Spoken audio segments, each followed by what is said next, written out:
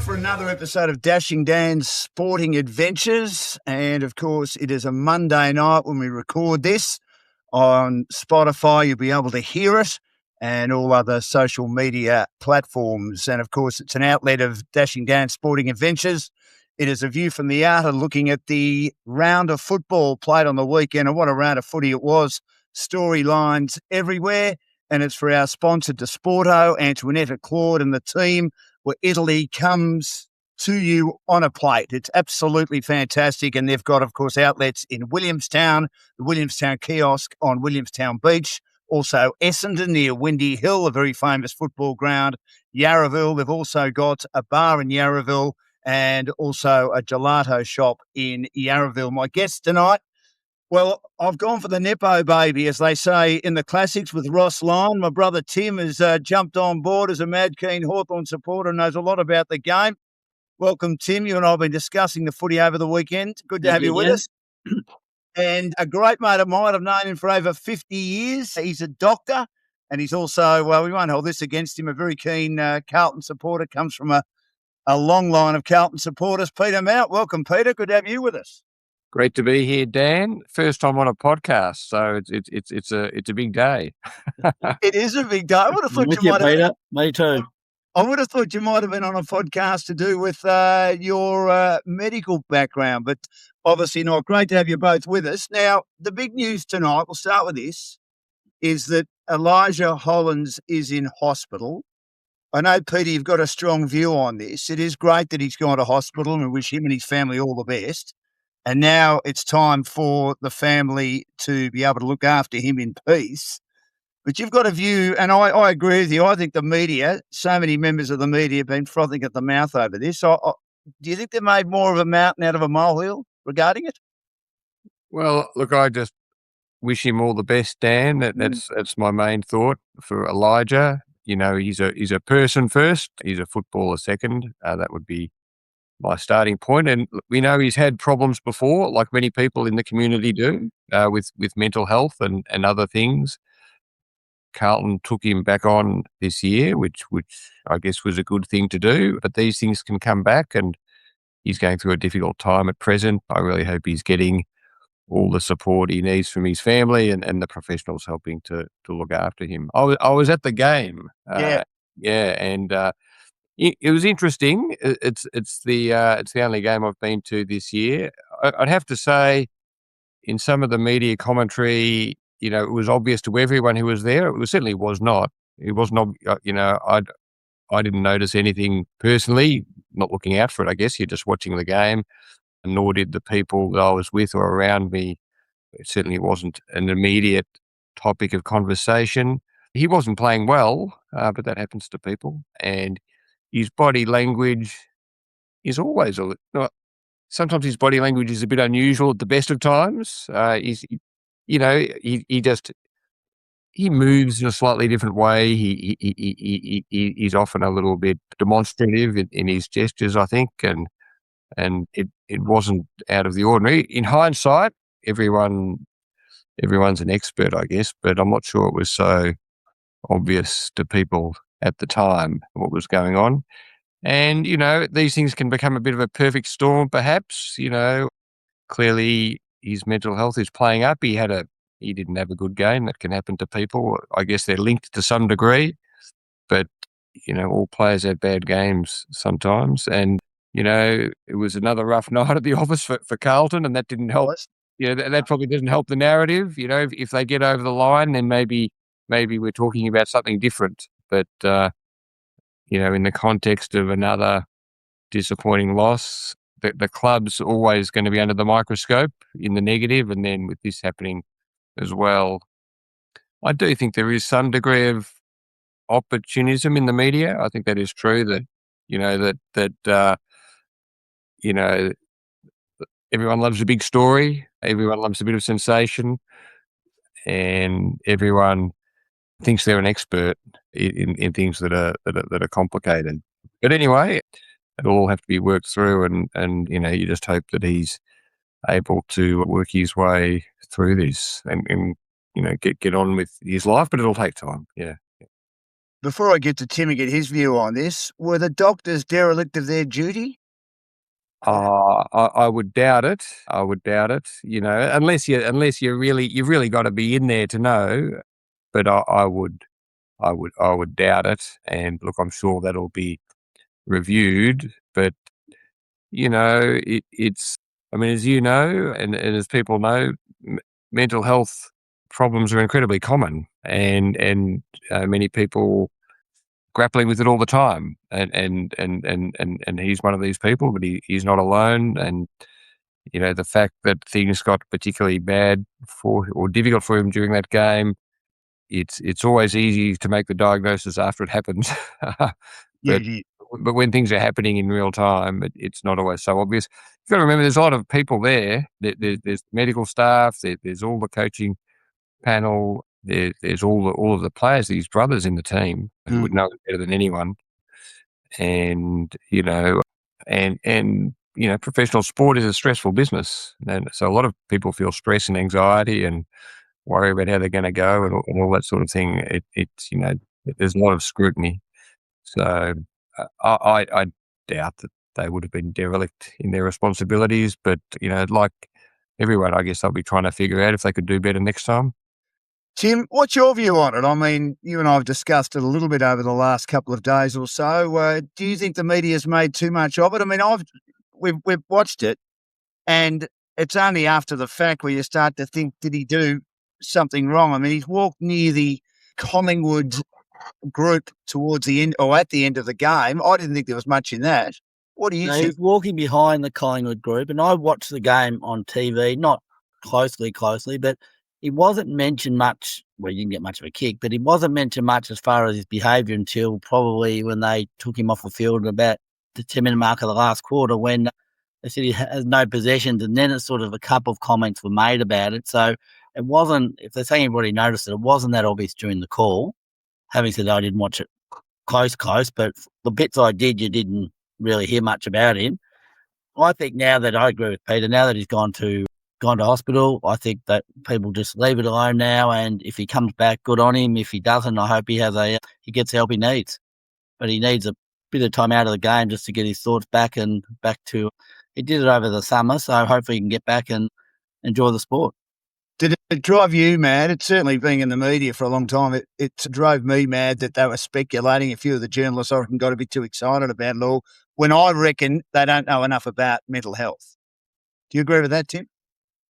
Yes and no. I mean, they've got to speculate. No one knows what it is. And yes, there was a guy probably didn't fit to be playing, but at the end of the day, they need to not say anything, let the club handle it, which they made a statement the next day. It was surprising when they said they knew his condition, whether you put him out there. But football feels a different workplace than other places. He might not have, in another workplace, he might be told to go home. But a football field is a different workplace to other places. Not hide them, but you can probably be able to hide the illness a bit more in a group of 40 people and running around and all of that type of thing, because it's a different, you know, you're not just standing around talking, you're actually running around, so different movements, so you're able to maybe get away with it a bit more. Peter, the Blues were 3 goals up at three-quarter time. In the words of Yogi Berra, the great baseball player, deja vu again. What were you thinking at three-quarter time? You were playing pretty well. Oh, look, Dan, it's extraordinary. And look, everyone's lost their self-belief. The players have lost their self-belief, and the fans we've lost our self-belief as well. I mean, we're kind of three-quarter expecting it to happen, that, you know, no lead ever feels comfortable. And everyone's kind of got that, everyone's kind of looking at each other, oh, here we go again, we've got a lead, that's good, but is it going to be the same? And so, yeah, players have lost belief, fans have lost belief, and then, you know, you get Dacos, he turned it on in that first 5 minutes. He was great all night, but his first 5 minutes of that quarter were game defining, there's no doubt about it.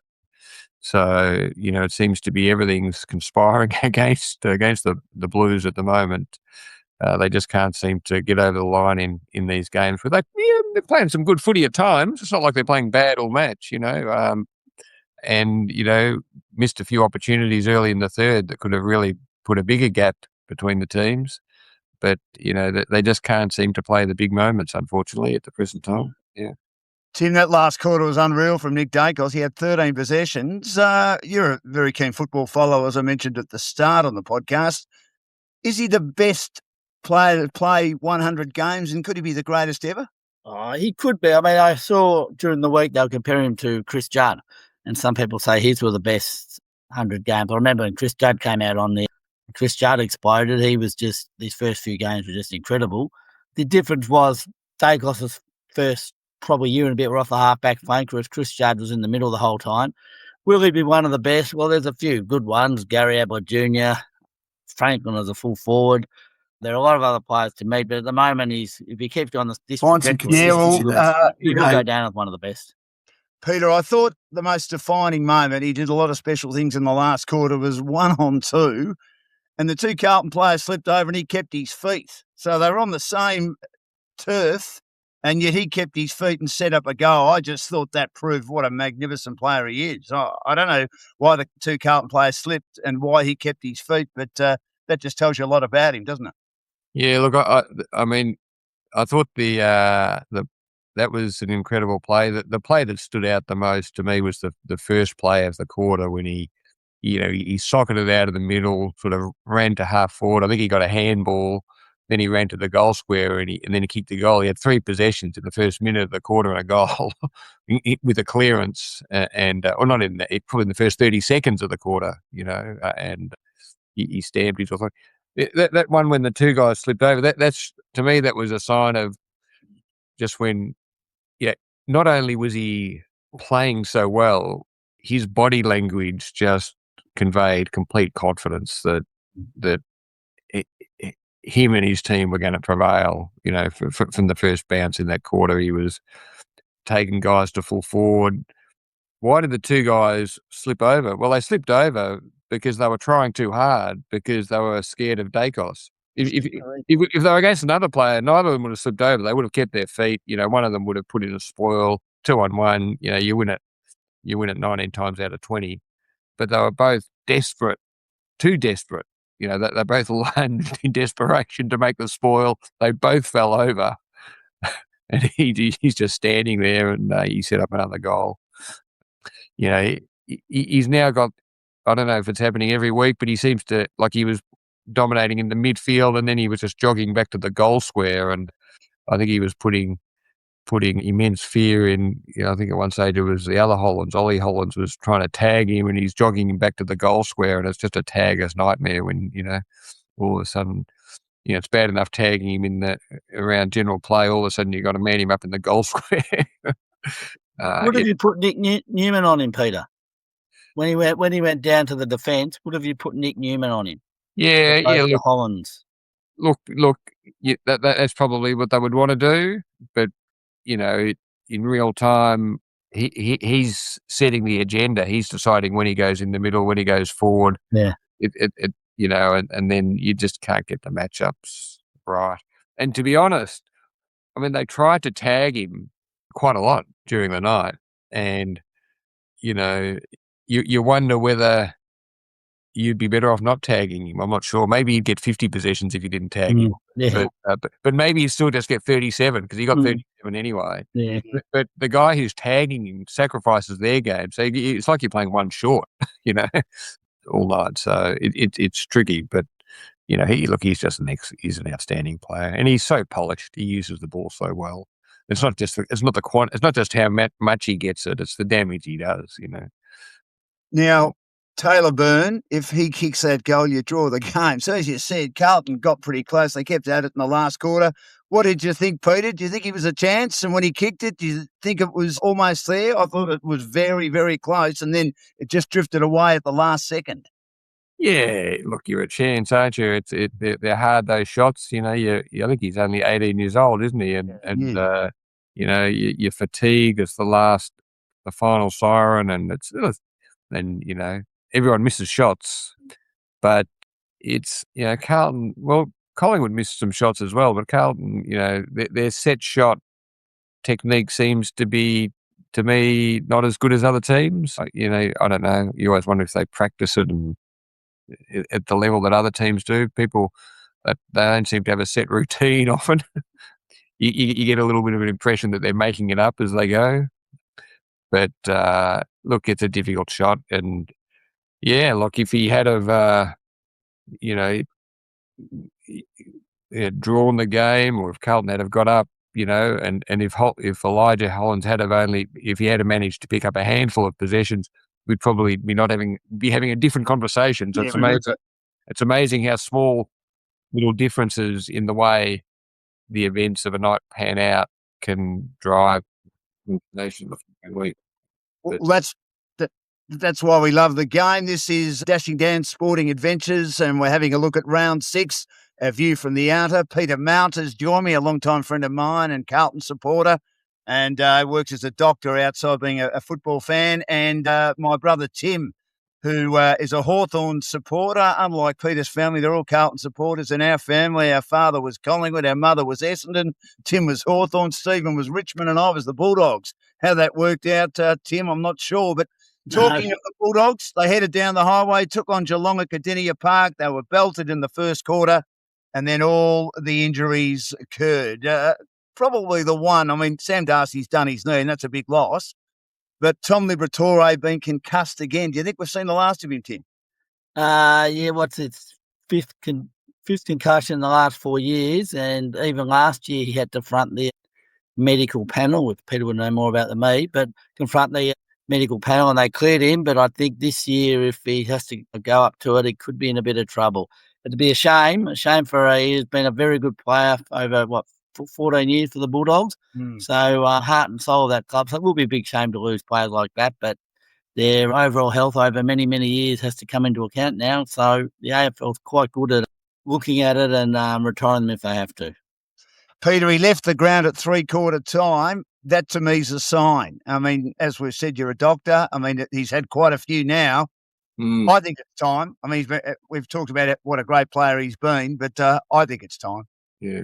How does it work, Dan? You probably know more than me. Like, does he get assessed by the club doctors, or is there a separate panel that look at this for him? Well, he's assessed by the club doctors, but because he had 3 concussions in a short period of time in 2024, and remember the Essendon one where he hadn't actually had a concussion, but I think there'd been a knock.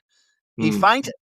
And he had to be helped off the ground. And that's when he had the concussion test with the AFL, and he was cleared. He had a pretty good year last year. There were no concussions, but he's, of course, had another one now after coming back from a hamstring. And, of course, he's the player that goes in and gets the hard ball, and he's a chance of getting one every time he gets a hard ball. So that's the big concern for me. My belief, Peter, is there is a panel of doctors who, I don't know who appoints them. So, like Angus Brayshaw from Melbourne had to front them, and he was basically told that they go through various tests, and when the test results come back, these doctors look at them and to see how bad their brain's been damaged, and then decide whether they have to play on or not. And I think with him, he fronted it last year, and I would say if he's got to front it again, the Bulldogs said he wasn't. I heard they said he wasn't too bad and recovered well, but it all depends. Probably a bit of a longer term. See how he goes in the next few weeks. Yeah, I'm sure it's a case-by-case thing, because it's not just the number of concussions, it's like the nature of the concussions and how you recover, So it's just whether there's any evidence of lingering effects or, it seems to be quite variable for a number of reasons, how people respond and recover to these head knocks, which are looked at much more closely than they used to be, which is a good thing, obviously. Yeah. We're here for Desporto, where Italy comes alive on a plate. They've got a number of outlets around the northwestern suburbs and western suburbs of Melbourne, including Yarraville and also Williamstown and Essendon. They've got a kiosk down on the Williamstown beach. They've got the best pizzas, the best pasta in town. I eat there, Peter, most weeks. I've even named a pizza after me, the Dan Lonigan Special, because the original pizza, as Tim shakes his head, had prawns in it, and I'm anaphylaxis.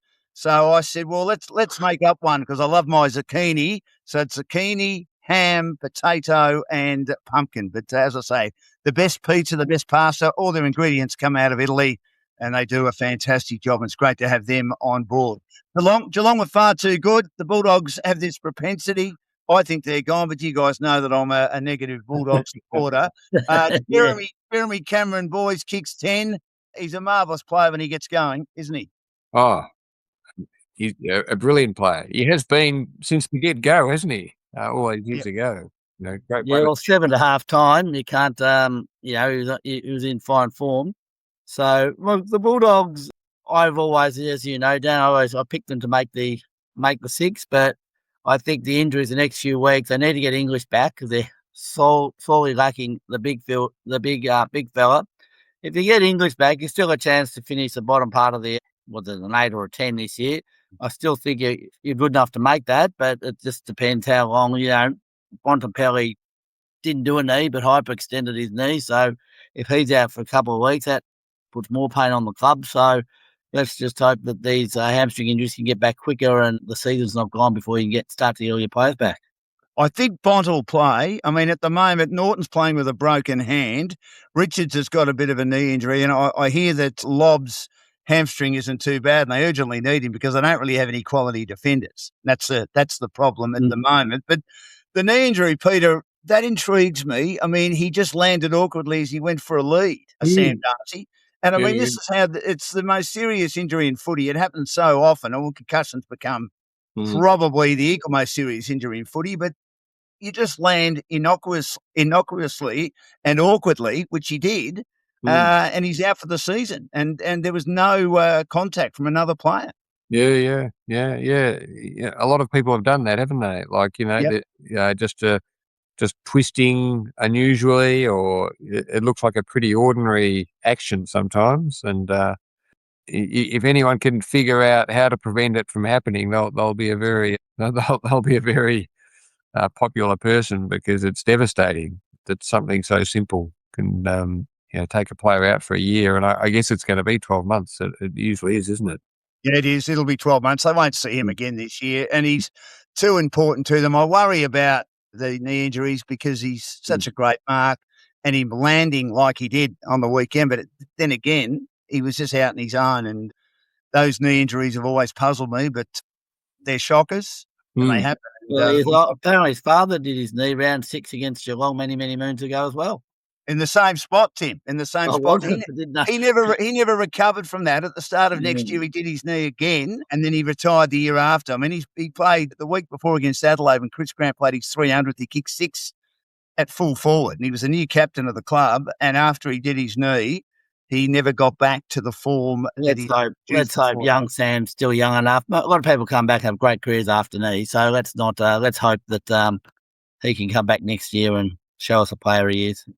Well, the greatest ruckman, I reckon, that we've seen in this century did 2 knees, Peter, and he came back, and his name is Max Gawn, and he's come back to be a pretty good player. So, obviously, all supporters, not just Bulldog supporters, are hoping that Sam Darcy might do the same thing. Yeah, wow. When did Gawn do his knees? I've forgotten about Very early in his career. Yeah, right. Yeah. Back to back, because he was a pick in the 30s in 2009 when Melbourne mucked up the top 3 or 4 picks that they had after a poor season, and he was the only one that really had a successful career, but we didn't see him for 3 years. Yeah, he didn't really establish himself until 3 or 4 years into his career. Yeah. Now he's one of the all-time greats. He's not getting any worse either. He's in great form. No, he's in cracking form. Dan, go ahead. I was just going to say, are we all jealous of Geelong? Why are they so good? I mean, they've got that advantage of that ground down at Gardenia Park where the Bulldogs play there every single year, which drives me mad. It's not just Geelong, though. Sydney are the same. Sydney are able to rejuvenate. They had that bad year last year, but had a couple of injuries early and didn't recover. But Sydney's able to rejuvenate and regenerate, and off they go again. So it's not just Geelong. And Brisbane the last few years have been able to do it. But, it's a system they've got down there. One player goes out, they recruit someone else. Do you reckon the system, it's, years ago, going back a long time, the AFL, they tried to be a bit socialist about it, Dan, and keeping everyone even and, draft and salary cap, but they've watered that down so much. It's being up the top gives you a big advantage to stay up the top. Oh, yeah, it does. A lot of players want to go there. Down the But bottom, it's hard to get out. Not it's like impossible. Hawthorn, when we won our 3 in a row, and even Richmond, they say the players want to stay up there, so they sacrifice money to bring players in. And Geelong have done that, but it's interesting they're saying that if Butters, who there's speculation that Geelong's looking for him, that they will change the way they do things and bring him in on more money than what they probably would with other players, because he's such a good player. So it'll be interesting to see how that pans out. Yeah, okay. I didn't know they were going to get him or heading to that story, but there you go. That's another example. Yeah. Well, I mean, that would drive people mad. He's a Western Bulldog supporter, and that means very, very little. And they're probably still the favourites to get him. But I still believe that they're the favourites. That's really annoying. If Geelong were to get Zach Butters, they picked up Bailey Smith, they got Jeremy Cameron, they got Paddy Dangerfield. They can also offer a lifestyle, can't they? Away from the rat race. Yeah, but I lived in Geelong for a while. Good place to live. Yeah. I lived in Geelong for Dan. Good place to live, but I don't think it's much different to Melbourne. I mean, maybe if you live down on the coast of Torquay or Barwon Heads area, it'd be nicer. Sydney were great, as we said. They're firing. They don't have Goulden at the moment, but their forward line looks better. A guy that you know pretty well, Peter, you would have followed him closely. Charlie Curnow hasn't fired yet. They play the Bulldogs this week, and I expect him to fire this week. Yeah. But he'll fire at some point, yeah. He's playing a support role, isn't he? And it's working for them. Yeah. Well, they're winning, yeah. How far away is Goulden from coming back? He's about 10 to 12 weeks. He's had a shoulder reconstruction. So he's very important to that team, and he was very important last year. And when he came in, they won 7 of their last 10, but they're not missing him as much this year. Other players have stepped up, and Grundy's having almost a career best year. We know that Jordan's a great tagger. Warner's been wonderful. Heaney's one of the best players in the competition.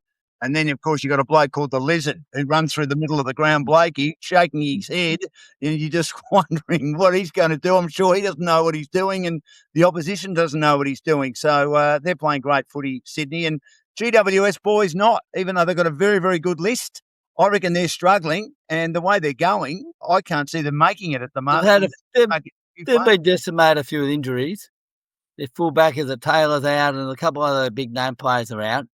But yeah, I didn't think I thought they'd be sort of the bottom part of the 10 this year. So they're about expectations for me. But they've probably got a better list. And I mean, Tom Green is a big loss. Oh, he's a big loss, out for a year. Another unfortunate knee injury. And I mean, Oliver probably hasn't been as successful for the Giants as Petrarca has for the Suns. This is View from the Outer as part of Dashing Dan's Sporting Adventures podcast. You can get on Spotify and all the relevant social media platforms for Desporto, where Italy comes alive on a plate. Well-known restaurant and kiosks around the northwestern suburbs and western suburbs of Melbourne. They also do catering, and they also, over the years, Peter and Tim, have provided food to a number of the AFL clubs. Obviously, the Western Bulldogs, Carlton, a few others. And they are very, very successful, as we know. Now, we mentioned the Gold Coast briefly. Petrarca was back in the side. Matt Rowell had his best game of the season. But the Bombers are getting better. They kicked 17 goals. They still conceded 17 goals. But, Peter, I reckon they're not far away, Essendon. They've been pretty good the last 2.5 weeks. Yeah, well, it's been a tough time for their fans. They went a record number of losses in a row, I think, up until about a week ago.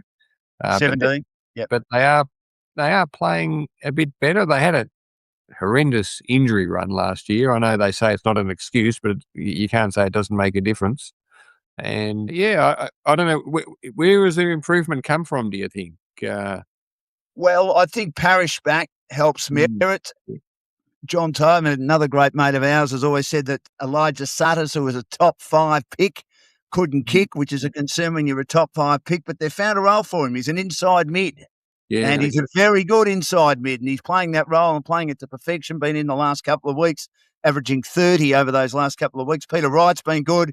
Caddy's been good. Their defence is a bit better, but Ridley's injured again, as is Reid. That's probably the area they need to work on. But, I just think their midfield's a bit deep. But Durham's a good player. Roberts a good player. I think that's the area that really improved on. But also to get a bit of continuity with the team, with all the injuries, stop-start last year, I think they played about 42 players last year, and they were the only team in the mid-season draft. They had to get 6 players because they'd run out of players due to injuries. So I think a bit of continuity with the team allows them to play together and get better. It'll be an interesting game this week against Collingwood on Anzac Day. I think they're both fairly evenly matched, so it could be a good game. Yeah, if the Bombers were to win that, you'd say they're certainly improving, which is what they've needed to do. I think we were thinking they'd be bottom 4 again this year. You're right, Tim. I mean, I think that they can avoid being bottom 4, but there's still a long, long way to go. Now, your Hawks took on Port Adelaide.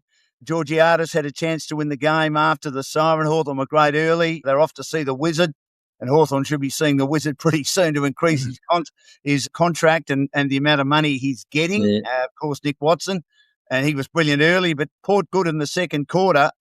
What do you think, boys? I mean, I think Port Adelaide rely on too few, but when Horne-Francis, Butters and Georgiades play well and Ollie Wines, they seem to rise to the occasion, don't they? They do. I'm not sure what happened in that second quarter. We dominated at the start. I'm not sure what got them back into it, but I was a little bit worried halfway through the last quarter. But, yeah, you're right. I mean, their two best were Butters and Horne-Francis because no Rosie at the moment, so those two have to do the bulk of it. And Georgiades is a better footballer than I thought he was. So they're their 3, and if you can control 1 or 2 of those, then I don't think there's not much underneath them. Hawthorn, I was always worried about our midfield this year. It's done well. We've won 5 in a row after a very soft opening up against GWS. So we'll see how we go. It was interesting this week. 2 brain fades by 2 of our leaders. It's not going to help them. No. And the AFL, the start of the year, decided they wanted to get rid of that gut punch out of football. There's been about 4 suspensions, so it's not working yet. Let's hope it gets the frustrations go and the guys get it out of their game because they shouldn't be missing a game for a silly punch like that. But Hawthorn's going to suffer this week with two of their guns out. We're talking, of course, of Dylan Moore, who's had his troubles over the last 6 months or so, and James Sicily. Peter, it's been 11 years, long time since Hawthorn have won a premiership, isn't it? We're due. 11 years, it's nothing. We're due, Peter. It's been a long wait.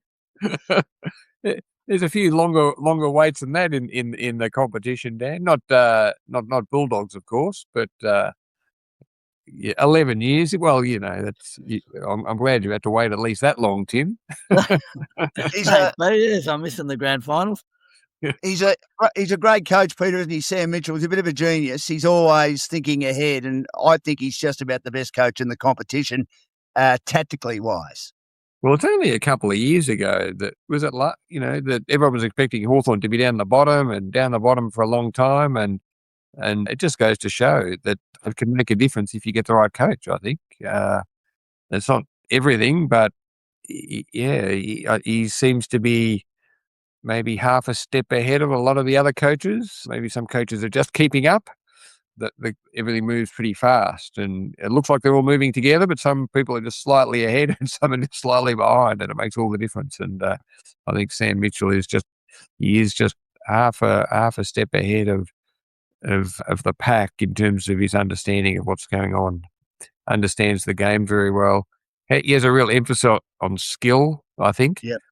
But I think also, his tactics and the mental side of the game is very good, and he is doing well. Maybe he will be your next premiership coach, Tim. There's definitely I should hope so. Yeah. He's been signed for 3 or 4 years, so I'd hope he'd win one in those 3 years, Peter. But it's the way he sees the game is different to a lot of the other coaches. I think they've always said that. Clarkson said when he was playing, he was that one step ahead. So you do get players like that, but I'm glad he's back coaching Hawthorn because he has. We're going a bit stale there for a while, so he has improved them, and it's upwards at the moment. We don't get too many coaches that are great players. Lee Matthews is one of them. Malcolm Blight's another, but Sam Mitchell's obviously in that boat. The other thing about Hawthorn, Tim and Peter, that I like is that they're very strong down back with their tall defenders. They knew at the end of 2024 that was an area they had to address. They got Battle and Barras, who are excellent players. I think they've even become better players since they switched clubs. And Mitch Lewis has finally got fit. Kel Shadir, who I think is the sort of player that plays better at the higher level, and there are some players that do that, And, of course, you've got the evergreen Jack Gunston on those small forwards and a midfield that's not bad. I mean, it's not great, as you said, Tim, but it's not bad.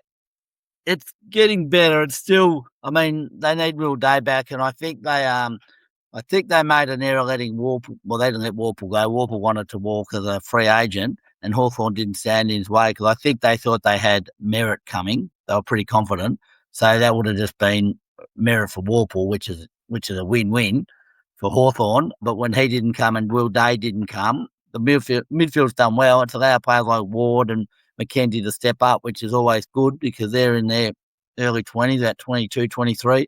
So it enables them to get a bit more experience. So it's all for the better for Hawthorn. So the midfield's done better than I thought it would. Adelaide and St Kilda, two interesting sides, swings in momentum, pretty good game of footy. The Saints were up early. Adelaide blew them away in the second and third quarters. An emotional night for them. Jordan Dawson, their captain, didn't play, and our thoughts are with the Dawson family after the tragic death of his brother. He was there, though. They stopped, of course, at the 12-minute mark of the first quarter and applauded him, which was very emotional. But they're an interesting side, Adelaide. They haven't been playing all that well, but Peter, the big Texan, Taylor Walker kicks 5. Talking of evergreen, he's unbelievable. He is, isn't he? Yeah, like he could have easily finished 2 or 3 years ago, couldn't he? But, his class just has a tendency to keep rising to the top. He's such a good kick, man. It doesn't hurt having a full forward who's such a good kick. And when he gets the ball, he makes the opposition pay. Apparently, he had a very poor first quarter. Yeah, I was going to say that. I didn't watch the first quarter. I saw the other 3, and he couldn't get near it. Apparently, Wilkie was all over him, and it just shows how momentum can turn for individuals and for teams. But yeah, look, he's had a tremendous career and still contributing, which is great for him. Yeah. And Tim, you and I have different views on the Saints. I mean, Ross Lyon's an interesting cat. I think he's a very good a very good coach strategically. But again, they've fallen short. I mean, they're playing some pretty good footy, but they're not winning enough games, are they, with all the players they've recruited? And now they're conning up for a few weeks. So I reckon Marshall will be better without him. They haven't been blown away, but I mean, we're only 6 rounds in. You can sort of get a read after 6 rounds. You can sort of have a look of where teams are going to finish, but I didn't have them. They're about probably where I thought they would be, the lower part of the ladder. It takes a while to get new players. I mean, it takes a while to get new players into a team, and none of them were superstars. Peter will have a more idea about a couple of them coming from Carlton, but neither of them were superstars, and neither was Liam Ryan or the fella from the Gold Coast. Flanders. Yes, Sam Flanders. But so it takes a while for them to gel into a team, but I thought they'd be down near the 10, 11, 12 area, and that's where they are at the moment. So we'll see what happens the later part of the year.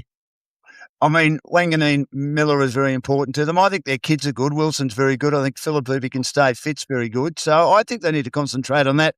Now, Peter, as a Carlton supporter, and you and I have discussed this a bit, De Koning played a handful of outstanding games. He's on massive money.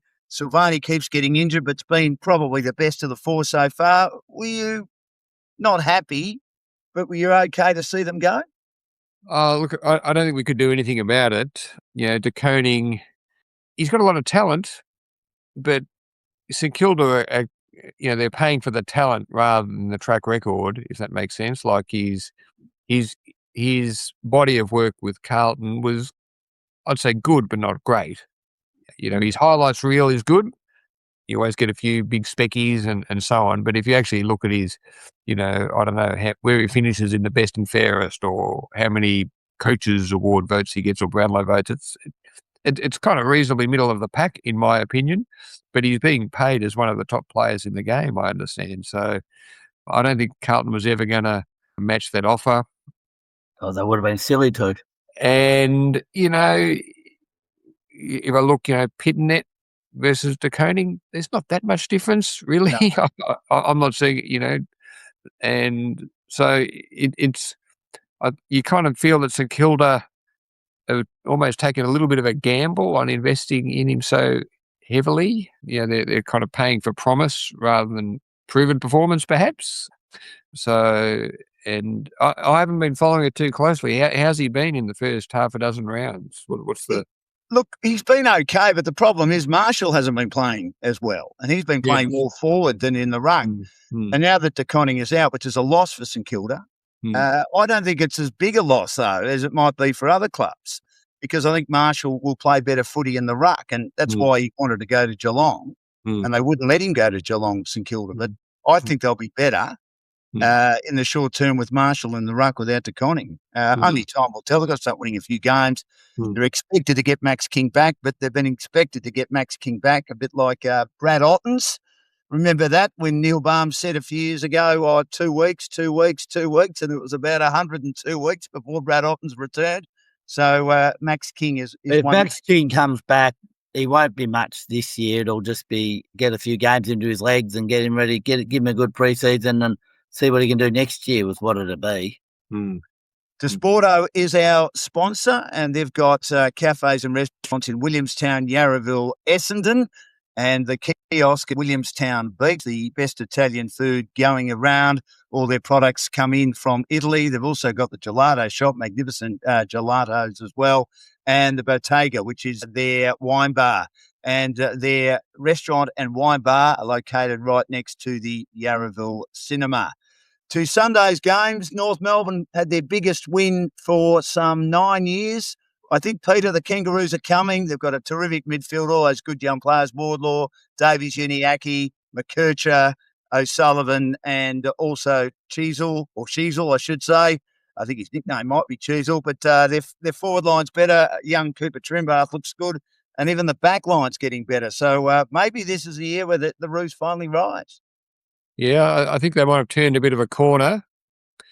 Clarkson, as Tim will know, very successful coach with Hawthorn, and it's taken time, but there's definitely signs of improvement this year. I think Luke Parker on the back line has been a real addition. I think that was a very smart pickup, and they probably needed someone like that, I think, as well as all those young guys, and I think he's really reinvented himself. Even Peter, Jack Darling, he got dropped in the second round, but even Jack Darling's been good for them up forward. It just gives them another focal point, take it away from Larkey. But North needed to start getting better, and they needed to beat the teams around them. They've only beaten 3 of the bottom 4 teams from last year, but all you can do is beat the teams you're pitted against. So they're on the improve, but unfortunately, for their opposition on the weekend, I think they're at their lowest point at the moment.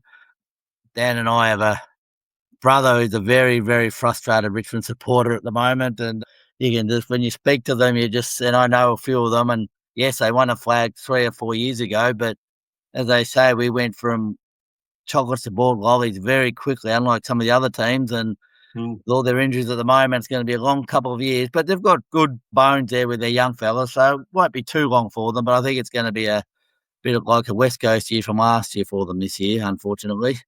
And do you think Adam Uze, Peter, might be a bit like Michael Voss? Whenever Carlton wins their next premiership and Richmond wins their next premiership, they both won't be there, but a little bit like Brendan McCartney at the Bulldogs, sort of went through a rebuild, and then Luke Beveridge was able to get the benefit of that other coaches will get the benefit of what Uze's done, having not won many games, and even Michael Voss with Carlton, as was said, sort of being on the periphery, but not quite getting there. Yeah, look, I think, Richmond, they're a long way off it at the moment, aren't they? And they do have some good young players, and it'll hopefully happen for them in time. But it is hard being the coach in that situation. Like, you only get, I don't think he's been there for too long, Uze, but 3 years, I think.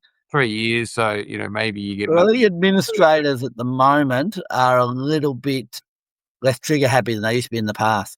Give them a bit more of a chance to succeed. So we'll see how they go. But do you think chances are still in 2 years they'll be struggling? Yeah. And then, as you say, Dan, it'll probably be an opportunity for someone else. As a Carlton supporter, Peter, I think Dan opened the door there. As a Carlton supporter, do you think Michael Voss will be coaching you next year? Well, I think we would all be. Or would you like him to first? And you think you will? Look, it feels unlikely at this point in time. I think the club are doing the right thing and not rushing the decision, and I think they will wait until the trajectory of the season is more obvious, even though it is starting to look a little bit obvious already. but he's out of contract at the end of this year, I believe. So You were 2 years ago. You were 0-5, weren't you? And you made finals. Was that 23 when Brisbane beat you in the prelim? Were they that slow down? You know that. I thought, well, I've spoken to Damien, another great mate of mine who's a keen Carlton supporter as well. I seem to know a lot of Carlton supporters. He seemed to think that they won 3 of their first 4 in 2023 and then had a very bad run where they lost, I think, 8 out of 9 and then stormed home. Yeah, and okay. made a prelim. I mean, I knew some might they say came they were from lucky nowhere, to make though. a prelim, but they did pretty well. So the difficulty this year is on paper we had a pretty good draw, so we were playing some of the lower teams in the early round. Yeah, you should be 3. You should be at least 3-3 now. And we've got on paper some tougher games in the next month or two. So, but you never know. You never know, Dan. That they might turn the momentum. They're not playing that badly, but I think the confidence in how to win is not there at the moment. And it is. Look, it's concerning that this was a pattern last year, and the same pattern re-emerged in round 1 of this year.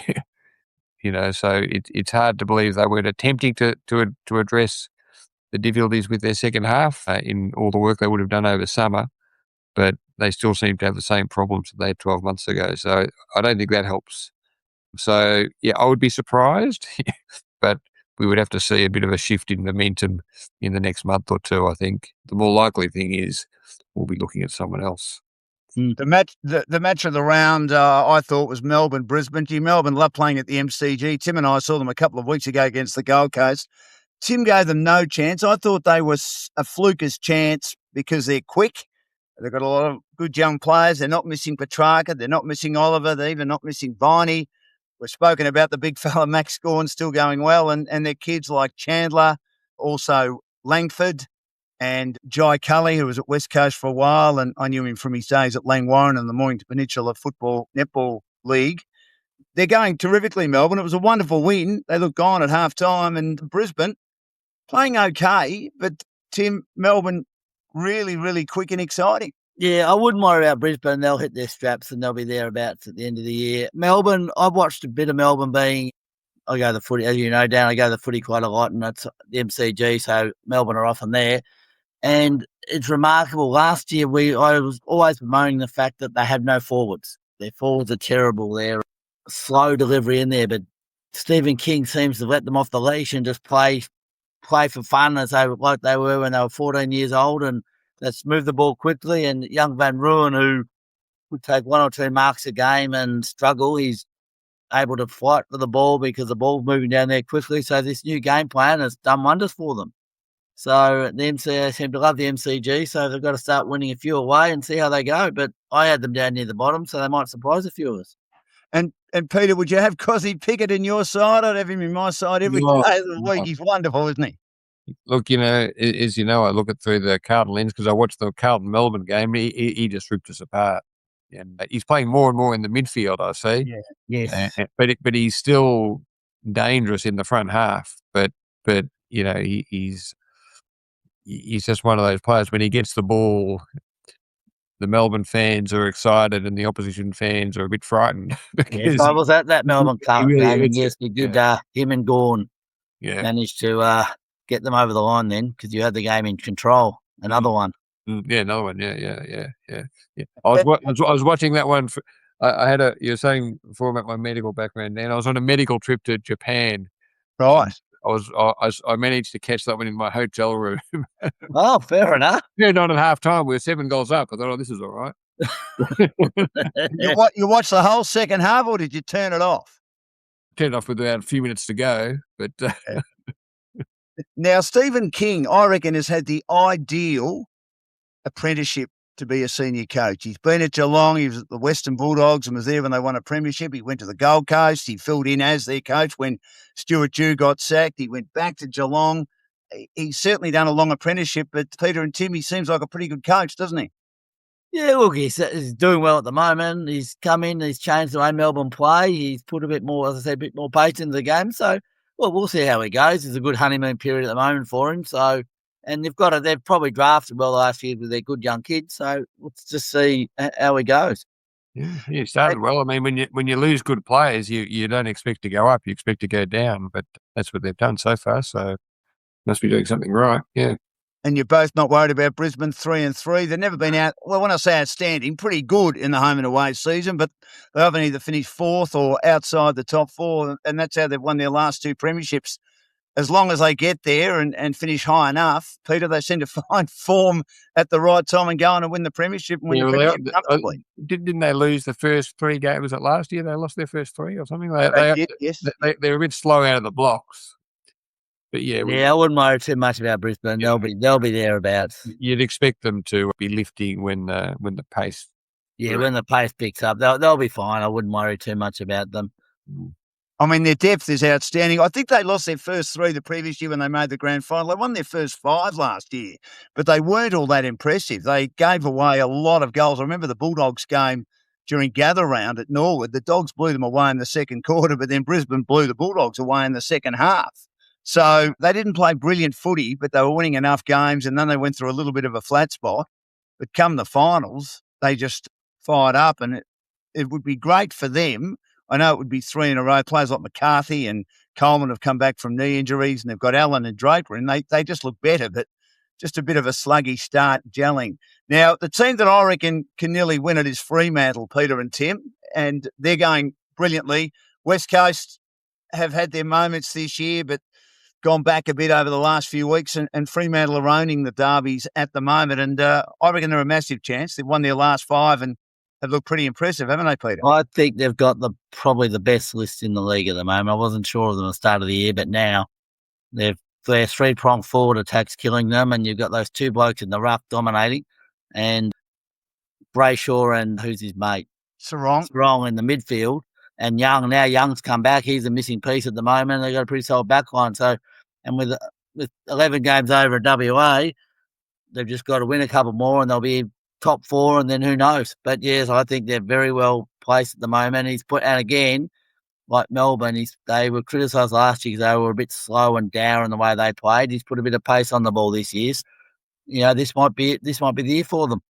And Peter, the worm's turned, hasn't it? I mean, I lived there for 3 years, and West Coast were the biggest item in town. They're still the biggest club in the competition, resource and money-wise, but they've still got a long way to go, haven't they? Even though there's been some green shoots, as a former coach of Carlton, Brendan Bolton, used to say, in regard to West Coast. I think Andrew McWalter can coach, but he might be another one that will do all the hard work, and when they're ready to go, someone else will come in.